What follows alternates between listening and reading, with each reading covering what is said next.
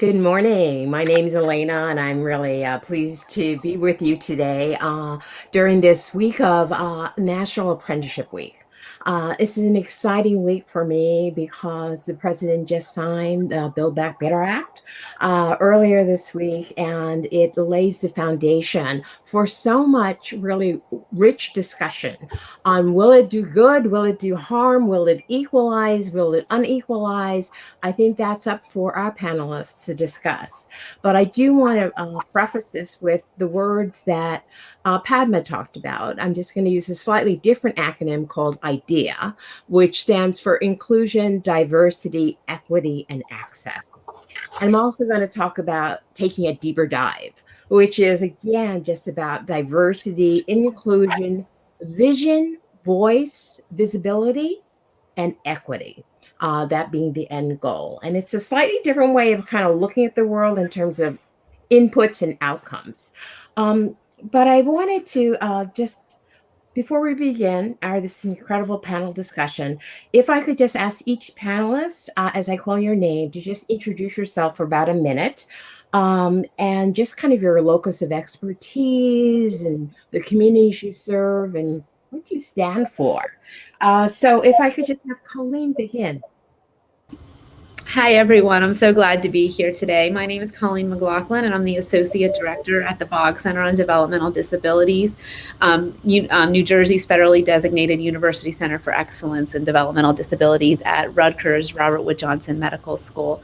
My focus is primarily, obviously, on the disability community, focused on systems change and policy, but a huge amount of my work is really focused on the direct support professional workforce and making sure that people have the supports needed day to day, and also that people are included in their communities.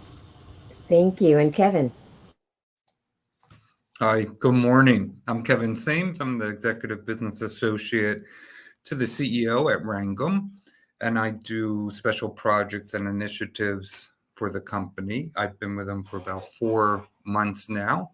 Prior to that, I was in the financial services field for 30 years and primarily was in the wealth management field and also focused a lot on the LGBTQ community with various outreaches and initiatives that we had at that time. Thanks. Thank you. And John? Hello, I'm so honored to be here. My name is John Bryson. I serve Wrangham as well as with Kevin at the as the Learning and Development Director. And I am a person with ADHD, and so I'm a neurodivergent individual, and that's one of the main things I bring with me today. But I'm also a subject matter expert on our training team.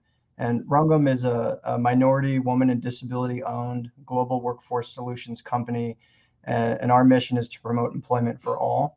We connect our clients with diverse talent, and we have a program called SourceAbled, where we're working to connect our clients with talent with disabilities, autism, and neurodivergence. And in that, we provide a lot of training, and we stay on top of the trends around DEI for people with disabilities. So that's what we'll be talking about today from our point of view, and so honored to be here. Thank you, John. And Francis? Good morning, and Francis, everyone. just move your camera just a little bit so we can see your mouth. Okay, I'm going to try. Good morning, everyone. As the others, it really is a pleasure, to be here with you. Francis Blanco. I serve as Deputy Director for the Division on Women, Department of Children and Families within the state of New Jersey. We're kind of like that we're aware of, unique across the nation. We are established to, bottom line, defend the rights and create opportunities, for girls and women, conduct continuous studies on what are the issues and based on the lived experiences of the women. My background is, I go back and forth between government at the local and state level, at the municipal and state level, and also, senior level nonprofit management, really in areas of community development. And I'm going to stop there because I think we need to spend our time really talking about what the issue is. Right. And I'm going to try and summarize my preamble here. I'm just going to say, as a public health person, I have to kind of really think about the big things that change society and transform us. And honestly, I had to think back and I said, it's war, it's famine, it's communicable disease. That's what impacts the economy, who lives, who dies, who works, and who thrives. Discovery like fire and water, invention like the wheel and the printing press and the World Wide Web, and innovation like computers and robotics impacts the demand and supply of goods and labor. But some believe that these disruptions can be great equalizers for opportunity. Others believe that disruptors can be systemic dividers and unequalizers. They question if there's an uneven distribution of success that benefits those who are more advantaged by the intergenerational transfer of wealth, education, knowledge, job skills, and power. So in the past, as Padma said, we used to define success through an economic bottom line. But since the civil rights, human rights, women's rights, disability rights, LGBTQ rights movements, there's been a call to look beyond the economic bottom line into the social bottom line and the environmental bottom line.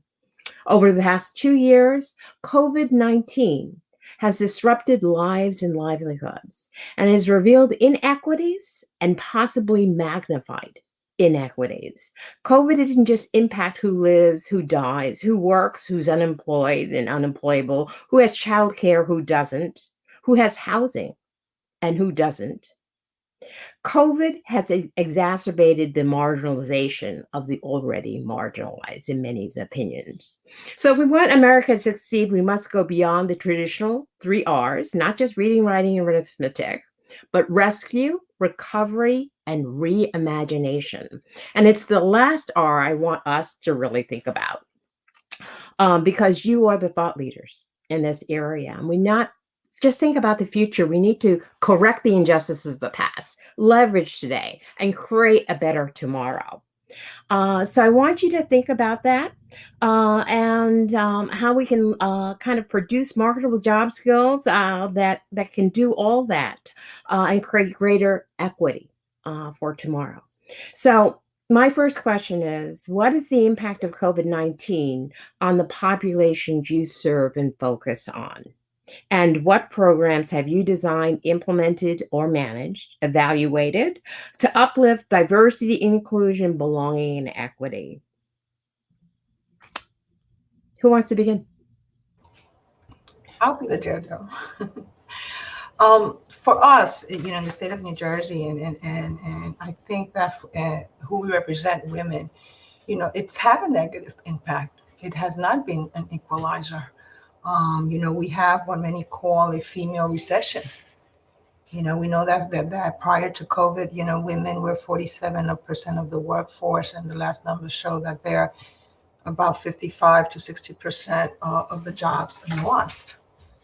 As well, minorities, African American, Latinos, other culturally specific, they've also suffered the loss. It's been a very negative impact.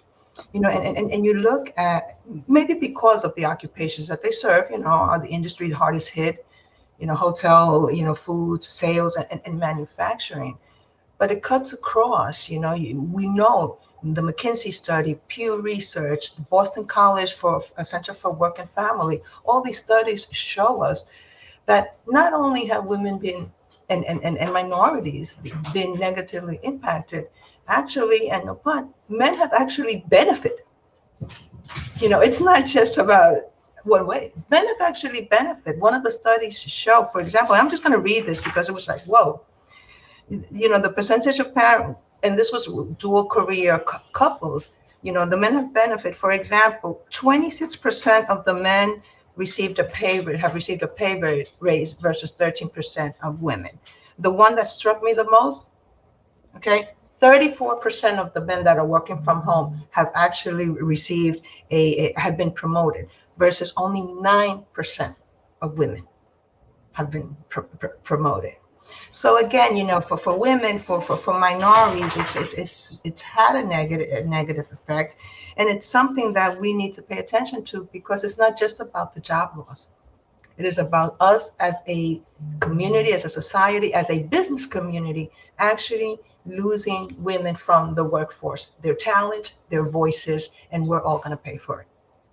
And I'm going to stop there, to allow for others. But I know that for us, it's just been, whew, it's during, currently, and what I call the aftershock, because we're ripping the effect, child care, elder care, disabled care. Who's carrying that? It's the women, and we haven't recognized caregiving. We haven't put. It's not considered a labor, and therefore we do not pay for it. But yet we have the motherhood penalty. Right. I could go on forever. I'm going to let Colleen, because I see her chomping at the bit here. It's a great piggyback, Francis. Thanks so much for that. In terms of, thinking of the direct support professional workforce across the state of New Jersey, as well as across the country, we look at New Jersey as a workforce for DSPs that is more than 90% women and more than 75% Black, African American, or Latino. In COVID, dramatically impacted this workforce. We saw closures in day habilitation programs. We saw people with disabilities leaving the workforce out of obviously health and safety reasons, which impacted the professionals that provided day-to-day support on the job. We saw direct support professionals leaving the workforce for the very reasons that Francis said, the need to care for their family members and the need to take care of children that were being schooled at home. So one of the things that we saw within the human service sector, particularly with individuals with intellectual and developmental disabilities, is a workforce that retreated and that was severely understaffed, providing both impact for the workforce, but also to people with intellectual and developmental disabilities, which really resulted in family members of people needing to step in for the traditionally paid workforce. So that was a real issue. One of the things that we did see as a result of COVID in the state of New Jersey was that there was additional temporary funding provided to increase the salaries of direct support professionals. But this was primarily given to people working in residential settings, and it really wasn't sufficient to keep all of the workers, especially given the low salaries that the workforce already has. Typically, on average across the country, the increases were about $1 to $3. But when your starting salary is only about $12, $13, $14 an hour anyway, it's really not sustainable, especially when you have childcare factors coming into play. Interestingly, a research study out of the University of Minnesota that was done as a result of COVID showed that only 30% of the responding DSPs actually received some type of bonus pay as a result of COVID nationally. So we didn't really even, most staff didn't get that quote unquote combat pay as a result. So as a result of this, we really saw people with disabilities losing their connections to their communities, families really needing to step in, which impacted their careers. And we need to sort of come back from that. And I think we had a lot of learning experiences from Yes. that can really lead to some fantastic innovations, which I think we're going to get at another point. So I'll let myself go and give it to someone else. Thank you. I'm just going to bring up some R words there: retrenchment, retraction. Nobody talked about recession just yet. So who here, John or Kevin? Who goes? I'll go ahead and go here. So I speak on this issue related to people with disabilities, but I'll pay a particular focus to neurodivergent individuals as well. I think it's important to talk about a little bit. So setting the stage, 1 in 4 people, working age people in the US have a disability. And I think just putting it out there and understanding that is important. It's estimated that about 80% of people with disabilities have some type of invisible disability. So just to understand that there are a lot of people who you may not have any idea are experiencing life with a disability and are experiencing the impact of COVID, but may not necessarily be sharing that publicly with anyone. Okay, so just understand that's important. The unemployment rate for people with disabilities is double what it is for people without disabilities. It's over 60% for people with intellectual and developmental disabilities, and it's estimated to be over 80% for people with autism and neurodivergence. So again, neurodivergence is somewhat difficult to collect data on because of the sort of umbrella term that represents. Neurodiversity is the representation that brain differences are a normal part of human variation. And so just like diversity, neurodiversity is all of us. But I'll use the term neurodivergence to reference people with those neurological conditions that we need to celebrate, we need to expect, we need to plan for, we need to prepare for, because they are a normal part of human variation. Now, with that said, COVID has impacted this community tremendously, but I can't say that it is the same for all people, right? Because it's a broad group. Largely, we've seen positive gains and we've seen negative gains. For example, for the autistic community, COVID has been a time of anxiety, a time of loss of employment. It's been a time where people have had essential services that they need in order to thrive disrupted, whether that be supports to get to and from places, transportation. It could be a support they receive in their home to help them live life the way their non-autistic or neurotypical peers would. And understand that when we think about disability, some people have much more significant needs than others, and these services have been heavily impacted. Some may be receiving some type of counseling or treatment, and it moved to a virtual environment. And for some, that's not as ideal. Maybe they lost access to the frequency in which they received supports. And so just understand that that's been challenging. It's also been challenging on their caregivers, whether they are employed as a professional or in many cases, like Francis said, they're family members that are caring for them or providing support to them. And it's put an additional responsibility on family members and natural supports. So this has been hard, all right? And we don't want to underplay that, but there is a silver lining for many. And that's that businesses are thinking about employment in a way that we've never seen. One, we know that in the workforce, there is this sort of great resignation, or some are calling it the great reshuffle. And what that's doing is it's causing businesses to look at talent in a different way, and to find those sources of untapped talent because of the gains that can be made in filling much needed positions and roles. But on the other hand, we're seeing with the addition of more remote work opportunities that the companies are starting to recognize people have different work styles. And when you support someone, whether they have a disability or not, we're starting to see companies recognize that people can thrive, excel, outperform even what they were doing when they were in the office. That's not true for everyone. Understand that for some people, they thrive being in person, but largely companies are seeing that when you offer people options, you're able to succeed more and thrive more. And many people need options.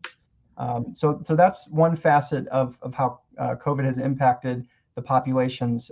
But I want to add too that for many people with neurodivergent conditions, structure, support, consistency are really valuable things. And sometimes when you're able to be in your home environment, if it's an environment in which you can have those things, because not everyone's is, you're maybe able to be in a space that allows you to be a little bit more comfortable, a little bit more confident, and be more authentically yourself. So when we think about creating atmospheres of inclusion and allowing people to be who they are, you're really encouraged and incentivized to be who you are when you're able to be in an environment you're comfortable in, whether that's at home or whether that's at the business, if you're able to be. So yeah, it's been an interesting time for people with disabilities. Thank you, John. Kevin.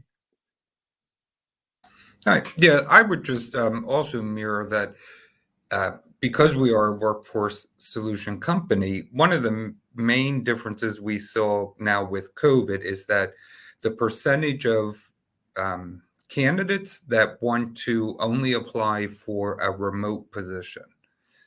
So many of them, for all the reasons John listed, would prefer fully remote.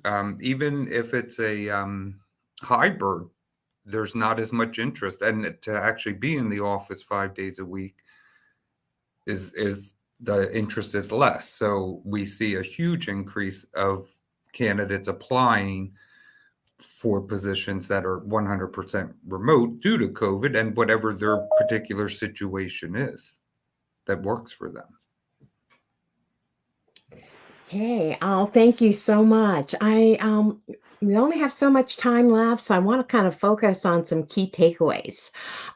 So I think the most important question right now is what programs have you envisioned, implemented, advocated for that can serve as best practices during this time and can really reinvent and transform the future workforce, right?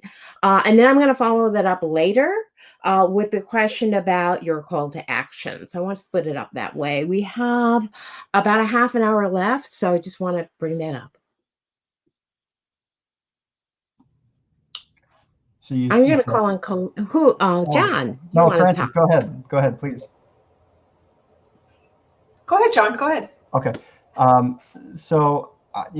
One thing that we built prior to COVID that has been amazing during COVID. It's one of those fortuitous things. I mentioned SourceAbled. So SourceAbled is a combination of things. It's a collaborative, holistic solution to tapping into and developing inclusionary processes, people with disabilities, creating a culture of belonging, and it leverages technology. So we have a platform where individuals with disabilities, whether it be someone on the autism spectrum, a neurodivergent individual, or any other disability, can apply for jobs with companies that are looking to specifically hire them. And because that's technology and you don't have to physically go to a space, it's been really nice in a world where we're all doing things from our computers. And in the process, we work with companies and we help them build out this strategy so that they're creating an environment that's inclusive, that creates a true sense of belonging. The thing that you could know about us is that we believe empathy drives innovation, and empathy influences everything we do. So for us, this has created an opportunity for people to really work that muscle in the corporate space, to really have a deeper understanding of what the experience is like for someone with a disability. So SourceAbled has been a true blessing during this period of time that we could never have anticipated. Francis. One of the things that it's not a program per se, but one of the things that we focused on and has made such a huge difference is really, how do we get through COVID with technology? But again, that was for a glaring, the digital and linguistic divide was crucial, it to stop, for many, many, many, in our state and the nation. So we really focused on that, how do we, if we're only going to make it to technology, well, the majority of our people don't have technology, either because they don't have the equipment, either because they don't have the bandwidth. And let's face it, even I, with all the, Google Chrome to help my grandson, what was that? How do you get into that?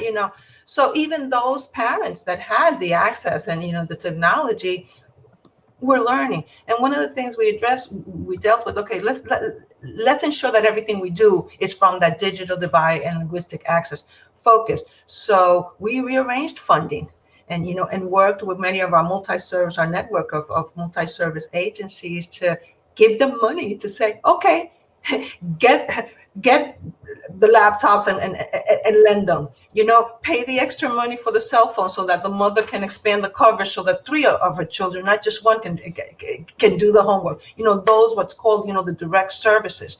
But I think what we learned so much from really was that, we were able to provide that technical assistance, but connection where it was language, it was educational level. We had many parents that were at master's levels, or we had many parents that were barely at a second or third grade. Try to teach them, so we had to match, in that way. And so it was the language, the educational level, the technical level of knowledge, but also age was one of the things that we found that was how we were most helpful. Those services that we were able to make those matches really made the difference. But at the same time, then we realized, okay, we reacted to this because we had to, but how do we avoid this? How do we, be proactive in addressing that? And what's come out of it is actually a long-term effort, related to a state plan for digital divide and linguistic access. Not that we're the main lead, but it's been such an attention, in our state, and we're part of the entities that are talking about, how do we provide that safety net that, that enables us to sustain, this, moving forward, and at the same time builds the skills of our workforce, because it does, in that sense. And the other thing was just, really going back to realigning. One of the benefits that we do know is that, for example, when it came to skill upscaling, actually COVID, because it went online, facilitated short-term certificate attendance and coverage. Why? Because the mothers, didn't have to deal with transportation and didn't have to deal, with the childcare in the sense, of those limited hours that they are in school. But again, you shifted that. So I think core was just that open communication and having that fluidity that you could, for state government, it's very hard. But I think we all went into it. So those are two things, those two takeaways that we will continue to, to build on, across as we go, what we're doing. And I'm going to, set it off to someone else. Colleen, go ahead. Hey, so for decades, the disability community has really been advocating to improve the direct support workforce. And I think that as a result of COVID, a direct spotlight was really put on the need to improve the recruitment, retention of this critical workforce. And people actually started to see direct support professionals as a truly essential part of the workforce. This is really seen through the proposed expansion to Medicaid home and community-based services within the Build Back Better Act to help increase wages, improve competency-based training, and so on and so forth. One of the things that we really promote is that wages is one aspect of improving the direct support workforce. The other piece of that is having a competent and confident workforce. And in order to have both, we really need to create clear and effective career pathways to help build up the direct support workforce, not just for the workers themselves, but also with regard to the people they support on a day-to-day basis, so that the quality of services improves for people with intellectual and developmental disabilities, but also so that the people themselves are able to achieve their desired goals and outcomes in terms of community inclusion and reaching equity. And direct support professionals play a really critical role in supporting people to realize this. So we need to address the workforce crisis at multiple angles. And we're really looking forward to hopefully being able to do that more and more and more as people are waking up and realizing how critical the workforce is.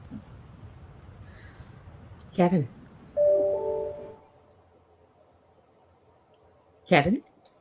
Any thoughts? I'll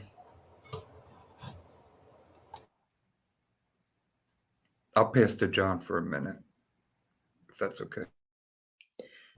Sure. Well, let me kind of roll into the next phase because John already had an opportunity. And so what I want to do is use this opportunity to really hone in on, given what you know, what you've done, what you propose, there's still work left to be done, right? And if you had like a bunch of money or a bunch of past legislation, etc., what needs to be done, and what is that call to action today? The president just signed, a bill into law. But the rubber meets the road, the devil's in the details, and we need to kind of figure out at the grassroots level and the implementation level what needs to get done the right way to transform it into what we want to see. So I think in the past, we used to talk about the return on investment, right? Return on your time, return on your money, etc. And people have been talking to me not just about the social return on the investment, but an equitable return on the investment. So, as Francis talked about, we talk about training women and the fact that, goodness knows, it's like 30 years ago that women got more baccalaureate degrees than men, but it never translated into equal pay. It never translated into equal pensions. So we need to look at that end of the rainbow and not just these throughputs. Who wants to start?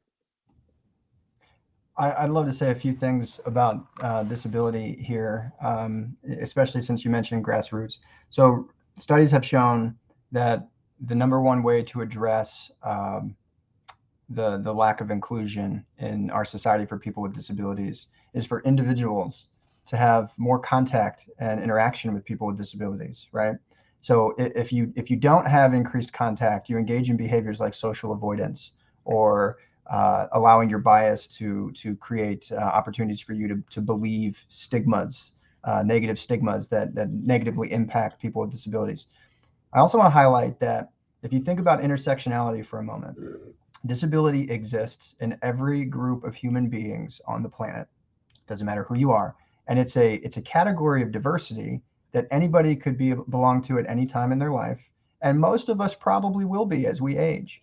So it's a diversity category that is universal and can really help us find a through point where we can address many of the issues that different groups face. If we can recognize ways to make our society more inclusive. How do we start that though? There's two approaches. One is looking at the organizational level and what organizations can do to be more inclusive for their workforce and their customers and engage with their communities more. But I also think if I were to leave some advice or an action step for those that are watching and listening, it starts with you. It starts with you evaluating your own bias. The ADA, or Americans with Disabilities Act, was signed into law in 1990. We celebrated 30 years last year. The data I just shared with you about unemployment is now. So it's been 30 years, and unemployment for people with autism and neurodivergence is possibly 80%. That's unacceptable. It starts with all of us starting to evaluate what our personal biases are and how our biases might be impacting our behavior. Do you have friends with disabilities that you know of? And if you don't, ask yourself, why is that? Why don't I have friends that I know or spend time with? Because 1 in 4 Americans has a disability, or working age Americans has a disability. So it's not that they're not there, right? You're just possibly being influenced by your unconscious bias. And then as you go to work, start to evaluate, do I work with people with disabilities? And if I don't, again, you might not know because 80% are invisible, but if you're not sure, then that's when you start asking questions and saying, hey, do we have a policy that we're attracting talent with disabilities and we're supporting that talent and we're looking at strategies like universal design? So I really think the best place to start is with the individual and starting to evaluate how your own bias may be contributing to decisions you make. And maybe you're contributing to something without knowing that's causing systemic barriers for people with disabilities. That to me, that's a really good place to start. Thank you, John. And I just wanted to comment on the concept of kind of implicit bias, if you will, and then explicit bias, right? And the fact that the data that you see is still invisible. People don't even know they're diagnosed with something because they don't have healthcare insurance. So there's a whole lot of issues related to access there. But I did want to, just talk about diversity for a moment, because inclusion is really important in terms of recognizing that bias, but it also helps us understand the value of diversity to solution building. If we don't have the talent pool of people who have different abilities, different capacities, different gender lenses, different race lenses, immigration experience, LGBTQ experiences, how can we move society forward if we can't touch that? So I just wanted, who wants to speak? Colleen, you look like you were going to say something. Am I catching you off guard? Francis, maybe. Oh, I was going to just to the call to action, but Colleen, please go ahead. You had something directly on. Oh, I was just gonna agree with everything that John said in terms of disability, and when we think of the direct support workforce, really promoting their role in helping people to become included members of society. I mean, the reality is until we have inclusion for all people, it's gonna be very hard, if not impossible, to have equity. So we need to be able to support people to be visible in their communities, to be valued and engaged parts of their communities, to be employed in a variety of different sectors. And the direct support workforce really plays an integral role in that. And I often say that the best direct support professional is a direct support professional that wants to put themselves out of the job, because they're seen as community ambassadors that are going to link people to natural supports, natural experiences, just like everybody we all have, and fade out when needed.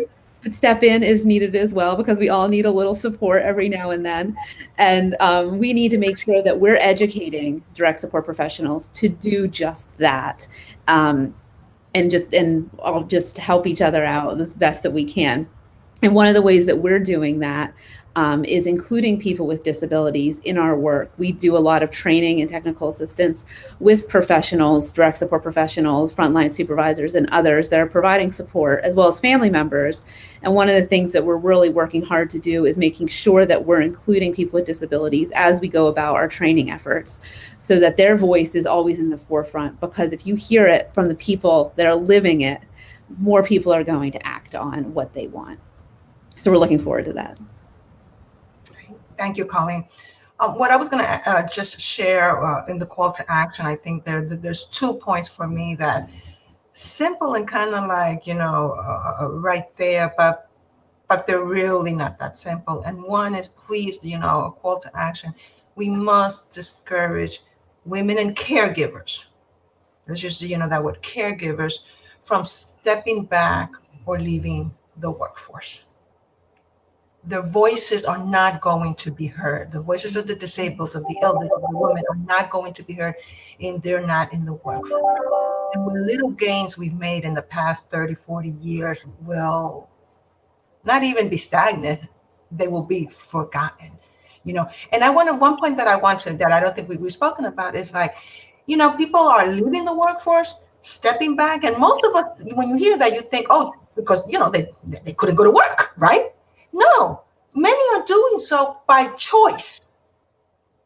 Okay. And by choice, because the one aspect that's hardly ever talked about is that what this has shown us is workers' rights. Why am I going to go back to a job, to an environment that is hostile, to a job that is paying me pennies, where it's costing me more to go to work than it is to really being at home? Quality of life. So let's pay attention to that. This is also about a movement, it's about choice many times, and about workers' right. Hopefully it's coming back into the discussion point. Another, call to action that I would say that I think is just so in our face that we miss it, is leadership, development, and training programs. As someone put it, this is not a time to put a moratorium on training and leadership development, programs and creative. However, the difference is that they must be intentionally crafted. So we could have those mentorships, we can have those networking and sponsorship type of opportunities through the apprenticeships, through the internships, that was, really builds the skills of our workforce. So those are two, again, very simple and obvious, but I think that because they are so simple and obvious, we sometimes forget, that call to action on our end. And Elaine, I just wanted to say, one of the things that we do is, for our diversity, it's just in our DNA, is employment for all is one of our mottos. And coming as a gay man into a field that I was unfamiliar with, you wonder how it's going to work out. I was in finance for many years, and I knew that system. Working now where I am and with the CEO, I can see from Nish on down the value that they place on every employee. There are issues that come up everywhere, but we address them. And you just get such a good feeling from the management here of how they interact with everybody and support employment for everybody, and trying to blur those lines where you're not just gay, you're not just Black, you're not just Latino. We're all weaved in together. And that's how we'll continue to make process as we move forward. It's kind of interesting as I think about the difference between employment and entrepreneurism and investing. There are lots of different ways to make a living or have an income. And they're all important. And we oftentimes transition and hold three hats at the same time. And some of us will go completely hatless, right? During really bad times. And I think, I think about people like Mindy Maling, who actually was an actress, right, or actor, and then a director, and then is a woman entrepreneur who had the ability to say, "I want this in terms of a human relations policy, in my business, and then I will lead not just in my business, but through the rest of America." And there are other opportunities, as we talk about empowerment and power, right? To do that. Do you want to talk about if that applies to any of the groups you work with?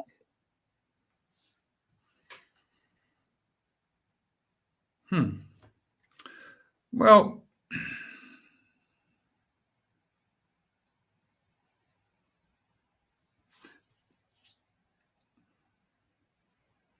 I think it all comes together at the end of the day, hopefully, is what we try for.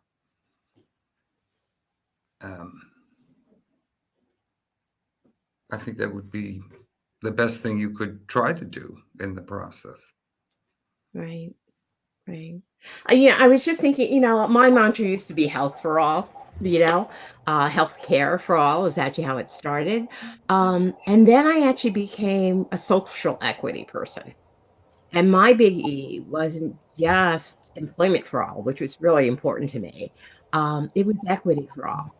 And it became that. So your words, Kevin, translate into that for me, to be honest with you. It becomes the social call of the time, if you will. 100 years ago, we would have never talked about anti-racism, right?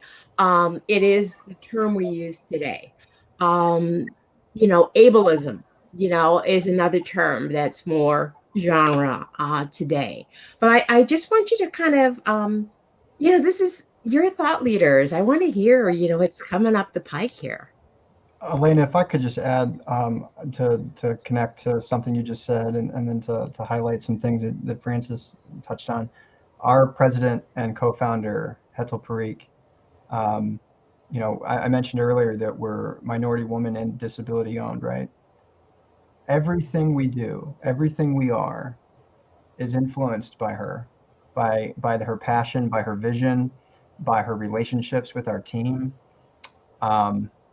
This is the greatest organization I've ever worked for. And I truly believe it's because her fingerprints are on everything, right? And so, if you ever get the opportunity to meet her, you will never be the same afterwards, because that's how it is here. And I think what Kevin talked about from his lived experience, that's how everyone feels here. That we all. I loved how he said that we're kind of interwoven. We're not just one thing, but we're ourselves. We're invited to be who we are, and we're celebrated for that. And I genuinely believe it's because that was her vision for what a company should be. So I just wanted to add that in. And regarding empowerment, it definitely applies to us, to everything we do. It has the core, but with that, it really is the empowerment starting where they are. We many times we come with the, great ideas and we see the potential in them, and how can they not see the, no. If you're really talking about equity, if you're really talking about inclusion, then you have to start where they are with that individual. I heard in a webinar, and it's just stuck to me. It's like those of us that this is life. It's an extension of who we are. It's not a job. And we believe in it. We talk a lot about it. Invite them to the table. Well, this person said, well, how about it? You just let them be the host. Let them set the table. Let them be the host. Let them send the invitation. And it was just like, yeah, right. It was kind of ways like sometimes as if you're building, resident-led efforts, community-led efforts, gotta let them be. Many times we get in our own way. So empowerment in that way. And it reminded me of something. I'm not sure if it was you, Elena, or Patma, that said it in her comments. The comments were about this, and we've defined, success, as bottom line, and then we know that there's been unequal, that there's no balance, of success. And the word that came to my mind is like success. So we're not even there yet. Let's talk about access for the people, for my community, for, as a woman, as a caregiver, as just a member of our human member of our society. It's about access. And when you use the word empowerment, that is what empowerment means to me. Give them access. Give them access to the resource. Give them access to their voices. That's Well, thank you from going from idea to deeper dive. I've been hearing vision, voices, and visibility here. There's that whole thing about, if, about being on the menu, right? So you definitely have to set the table, right? And you definitely need to determine the agenda, and you need to set the vision and the outcome and the goal, because otherwise you're on the menu. So Colleen.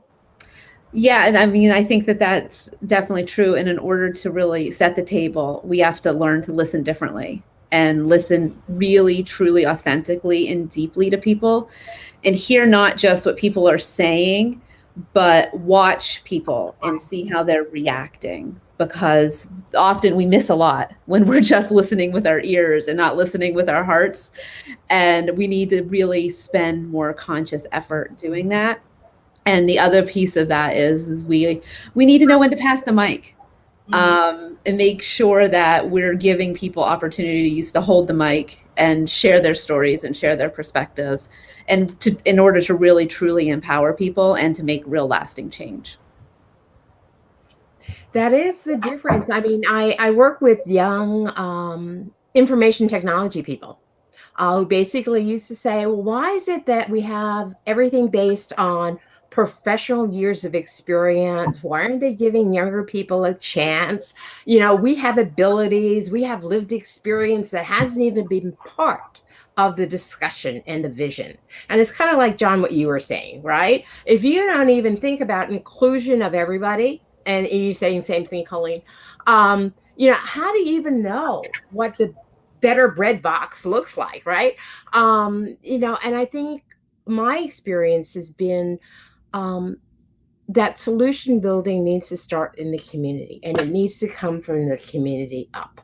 I used to be a strategic planner. We used to think everything came from the CEO down. But the reality is it's multidimensional, it's multi-directional.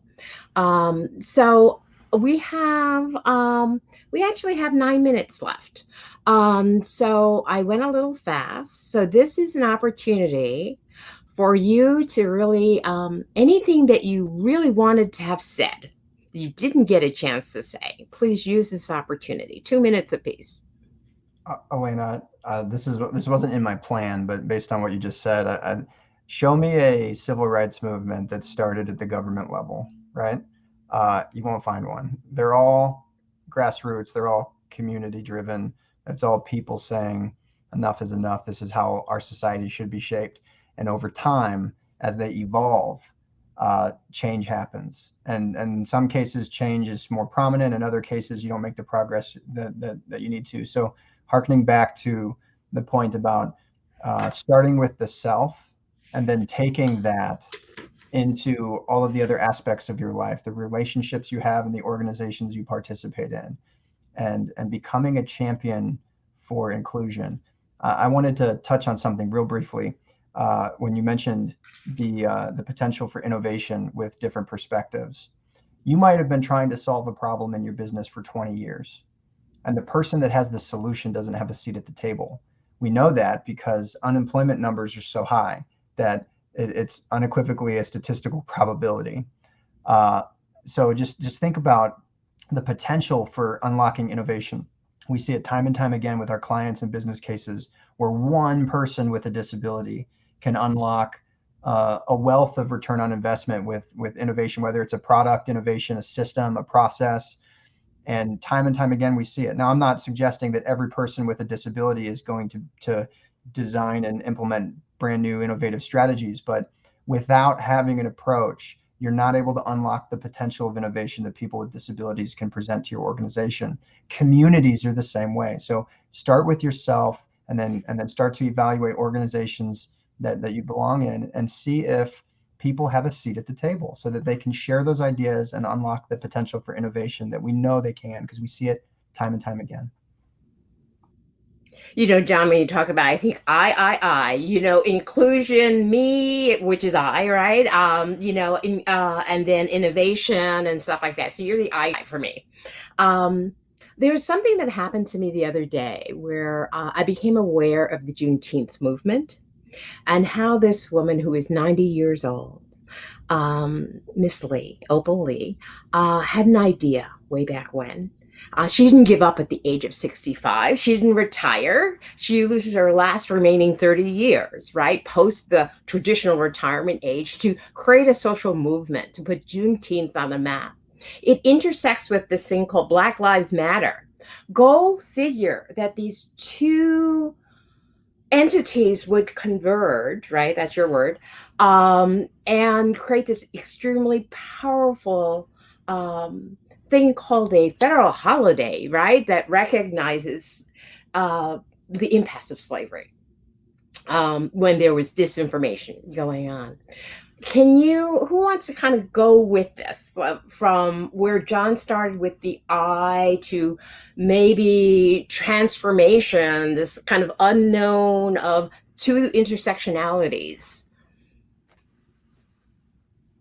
In regards to that, it reminds me of the LGBTQ community and how far we've come through the years. 30 years ago it was very different. We didn't have apprenticeship programs. Now there's the HRC and different organizations focus on internships and opportunities for young people to get involved at a start out level and get the support you needed, which wasn't available back, when I was growing up. So I see those are wonderful changes that are happening. And of course, there's always, you can always improve on that, on anything, but we're moving in the right direction. In the LGBT community, we have all aspects of people. We have the disabled, we have African American. I mean, everybody fits into our group. And I think that's why, as we've done things through the years, we have always included the other groups because our members are part of both groups. I'm a white male, but we've had plenty of other, African Americans or Korean, whatever group you would fall into. And that helped us in the past grow, and hopefully it'll help us in the future continue to work together. So younger people can see more opportunities like an apprenticeship program specifically for us.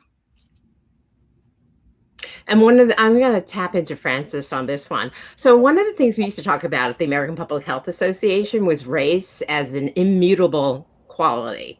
That you were black, you were black, you were Asian, yada, yada, yada. But, we have intermarriage, kind of going on. And that's kind of changing the face of things. And it taps into exactly what Kevin was talking about. The intersectionality is key to creating a transformative movement towards a more equity-oriented lens or society. Francis, you want to say something? I think with that, specific to that,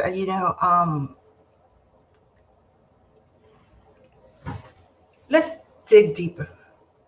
Not just the title, you hear Latinos, you hear Latinos, you hear Latinos, but we really are invisible because, we're not white. When you talk about the Black people, we're not included. We're not part. We can relate, we support, but we're not, but we're always put underneath, a second or third, a deeper dive, So while it's always on the top, who we are. So I would say that just the digging deeper.